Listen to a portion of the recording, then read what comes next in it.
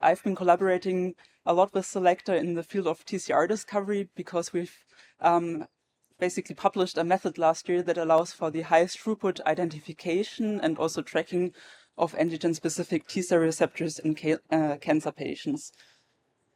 So we are highly interested in T-cell receptors and T-cells, and the reason for that is very simple, because it has been appreciated for a very long time that T-cells, or the presence of antigen-reactive T-cells in a tumor, is highly favorable for cancer outcome. And the reason for that can be quite simply explained looking into the functions of T-cells, because we have CD8 positive T-cells, which can recognize peptide on MHC1 of cancer cells, which then leads to the killing of these cancer cells. And we also have CD4 positive T helper cells that can get activated upon recognizing peptide on MHC2 of antigen presenting cells, and which thereby can help the function of CD8 T killer cells to kill the tumor cells. And therefore, it's not really surprising that a lot of therapeutic interventions are available at the market that aim at improving the T-cell, the microphone was disturbed, that aim at improving T-cell responses in cancer patients, which are, for example, checkpoint inhibitors. One can also perform adaptive T-cell transfer or also use anti-tumor vaccinations, which is very popular in the field right now. And to be able to monitor how well patients respond to these type of therapies, one has to perform immune monitoring. Now, immune monitoring is traditionally very rich in cell-based methods, for example, ELISpot, which Alex already mentioned. But now we already also have a lot of high-throughput next-generation sequencing methodologies available, such as the TCR deep sequencing kit from Selector, which is helping us to perform next-generation immune monitoring on a next level, basically. And the key for immune monitoring for T cells is the T cell receptor. So Alex already introduced this very briefly also. So basically T cell receptors all, as you know, have a CDR3 sequence at the tip, which recognizes the peptide MHC complex of an antigen presenting cell or a cancer cell, for example. Now, these CDR3 sequences can be used as barcodes to identify different T-cell clones, which is very important because each and every one of us has several million different T-cell clones in our body, which all have different functions, but the function is not known.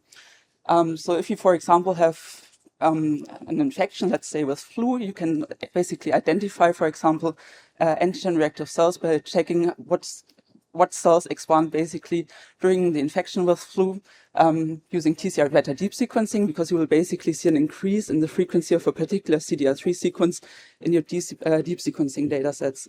And knowing which CDR3 sequences are the ones which are basically reactive against a specific epitope then allows you also to track them over time in blood.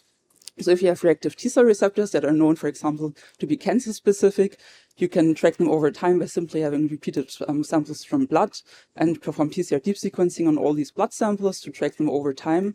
Or also, if you know the CDR3 sequence of antigen-reactive TCRs, you can also track them in the tumor of a patient by simply looking for the CDR3 sequence of the corresponding T cells, and then also check what are the gene expression profiles, for example, of these reactive T cells.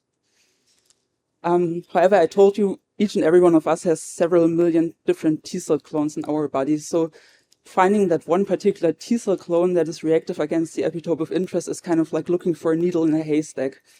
But we are quite lucky that there are methods available that can actually support the identification of reactive T-cell receptors. And what quite a lot of labs, including our lab, have been done in the past is to look, for example, into gene expression signatures of antigen-reactive T-cell clones. So because there are specific gene patterns that can help you to basically identify T-cell clones that are reactive. And in the past, people have also been using, for example, exhaustion markers such as PD-1 to look for antigen-specific T-cell clones. However, this has the big disadvantage that you cannot tell what's the antigen that is being recognized by these T-cell clones. On the other hand, we do also have methods such as, for example, multimers, which allow you to identify TCRs that are reactive against a very specific peptide MHC complex, but that is very limited in throughput because you have to basically establish a multimer for each and every single peptide and MHC allele that you're interested in. This is also very expensive. So our lab was looking into methods to kind of find a solution for these problems, to find an antigen-specific TCR in a high throughput fashion. And we established a method that we published last year, which is called SPEC-SUIT, which stands for the epitope-specific expansion culture with the subsequent identification of T-cell receptors. So the assay is really very simple and can be done in all labs. So what you basically need for that is PBMCs, for example, from a patient that has been vaccinated with, for example, anti-cancer vaccine. And you can simply thaw the PBMCs, rest them overnight, and the next day you would have to stimulate them with the peptide of interest, which can be, for example, the cancer vaccine. So what now happens is that basically those T cells in culture that recognize the neoepitope get activated. They have a proliferative advantage, and they will outgrow those clones that are not reactive against the epitope of interest. So when we leave the cells in the incubator for a total of 4 days, we see an expansion of the antigen-reactive T cell clones. And after 4 days, we start to supplement the cultures with cytokines, which are namely IL-2, IL-7, IL-15, to increase the number of T cells even further, and to also support the viability of these T cells. After a total of 14 days, we are then able to harvest the cells, and we perform standard immune monitoring approaches, which are ELISpot, to basically show that we truly have an enrichment of antigen-reactive T cell clones by restimulating the cells with the peptide of interest. And we see basically an increase of interferon gamma positive cells in ELISpot if the expansion was successful. In each and every aspect assay that we do, we also have control cultures in which T cells are not stimulated with peptide, but they basically only see the cytokines. So we can also control for non-specific expansion in these assays. What we also do when the aspect culture has finished, we also harvest cells for TCR beta deep sequencing. So we can also monitor which T cell clones actually expand over time in these cultures and which ones do not. So here I'm showing you some exemplary data from the quality control ELISpots that we are performing. So these aspect cultures that were performed here are from a total of 32 different cancer patients, for which we performed more than 60 aspect cultures. Most of these patients are glioma patients that have a recurrent neoepitope against which they were vaccinated. And in gray, you can appreciate the frequency of antigen-reactive cells before the aspect assay was performed. And this was increased massively during the aspect expansion with a median of around 16-fold expansion of the frequency of antigen-reactive clones, which of course makes it a lot easier to be detected later on. The aspect culture also did not only work on these recurrent neoepitopes, but also in patients that had private neoepitopes. So here we show you data for 3 different patients that had melanoma, which was a patient that was not vaccinated, here shown in gray dots, and also for 2 additional patients in which parts of the antigens were targeted by vaccination. And these patients had colorectal cancer and also liposarcoma. And so you very nicely see that we were able to expand both clonotypes that were pre-induced by vaccination, but also clonotypes that were already present at baseline in blood simply because of the nature of the tumor. Also, what we saw was that it was possible to expand both MHC1 as well as MHC2 restricted T cell responses, meaning that this assay is actually very robust and allows us to analyze both CD8 and CD4 responses. So it has a very broad overview into your antigen-specific TCR repertoire. Now, as I told you, we also use the TCR deep sequencing technology from Selecta to look into the CDR3 sequences in both the peptide-stimulated culture as well as the culture that was only stimulated with cytokines. And you can very nicely see that the diversity of these cultures is not affected by the expansion, comparing the control and the peptide-stimulated cultures. However, the clonality is strongly affected, and this is a very strong indicator for peptide-specific expansion in this assay. And on the very right, you also see that those clones that are the top 100 largest clones in the culture are also the ones that take up the vast majority of the whole repertoire, which shows basically that the T cell clones that are antigen-specific expanded massively. How we usually show the data after aspect and TCR deep sequencing is in these so-called bubble plots. And you can very nicely see that, so basically what I show you here is that each and every dot is one T cell clone, and you can see the frequency of these clones in the peptide-stimulated culture on the y-axis, and on the x-axis you can see the same frequency in the culture that was not stimulated with peptide, but still saw the cytokines. And you see very nicely that there's a strong expansion of antigen-specific T cell receptors in the peptide-stimulated culture, but not in the no peptide-stimulated culture in all of these 4 cases.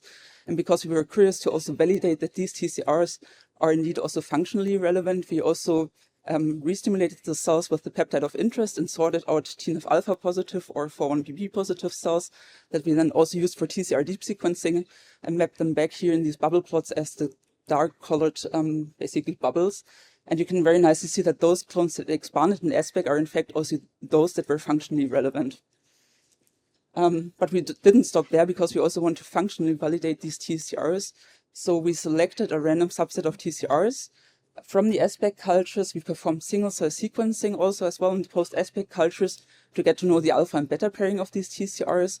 We cloned all of them and in vitro transcribed them into RNA to be able to electroporate them either in primary T cells or also Jurkat reporter cells, similar to the ones that Alex just mentioned. And we're then able to set up co-cultures of the TCR transduced T cells with peptide pulsed antigen-presenting cells. And after these co-cultures, we then stained, for example, for TNF-alpha or also looked for GFP expression in the reporter cell line to see if the TCRs are truly antigen-specific. We did this for a total of more than 380 TCRs that we manually cloned and validated the reactivity of around 2/3 of these TCRs. Now what you can see here on the bottom left side is basically for 10 patients where we tested TCRs, how many TCRs were reactive and not reactive. So the reactive clones in blue always tended to have a stronger expansion in the SPEC culture as compared to the non-reactive T cell clones, which is what we expected also. Also mapping back the reactivity of the TCRs in the bubble plots that I showed you previously, you can very nicely see that again in the same section as we also found the TNF-alpha and 4-1BB positive cells, we also find the reactive T cell receptors after function validation.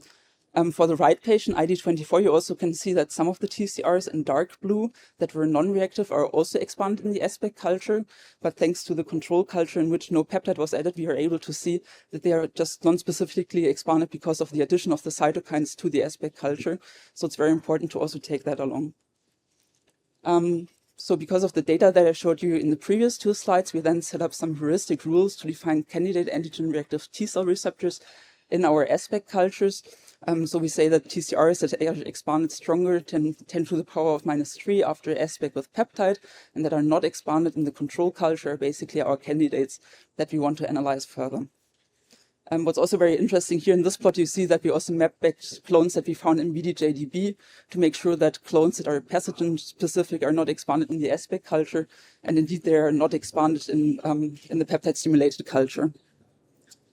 So now we are able to define a lot of candidate reactive TCRs based on SPEC, and we overall see that the number of candidates across all the SPEC cultures that we did was 71.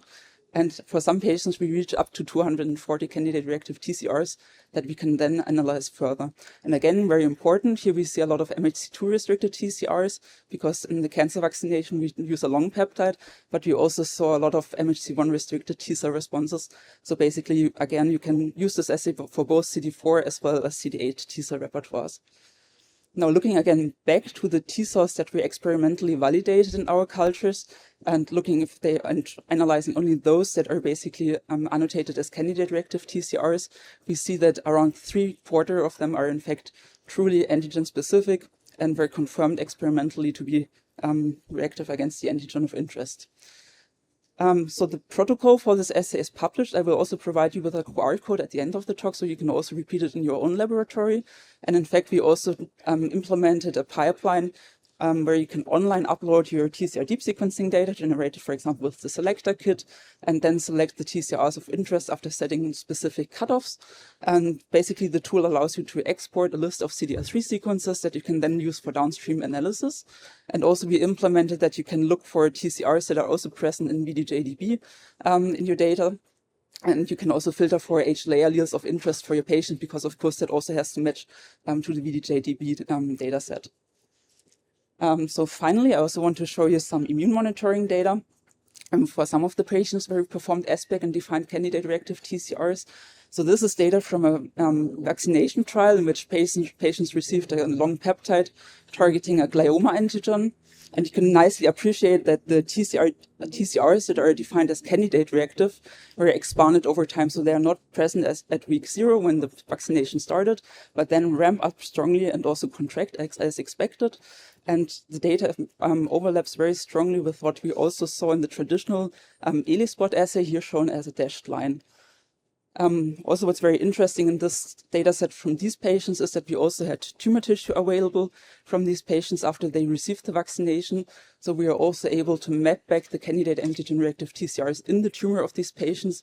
We were very positively surprised to see around 9% of the TCR repertoire in these cancer patients to carry candidate antigen-reactive TCRs.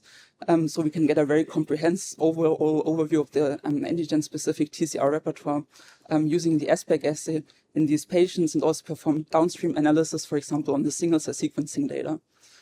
And also, just as another confirmation that you can also use the candidate-reactive TCRs as a surrogate for antigen reactivity, we also looked into the gene expression data of the TCRs that were truly confirmed to be antigen-specific experimentally, and compared it to the candidate antigen-reactive TCRs, for which we see a very strong overlap in UMAP assay. So it's fair to say that the candidate antigen-reactive TCRs after ASPEC can be used to perform downstream analysis on your data sets.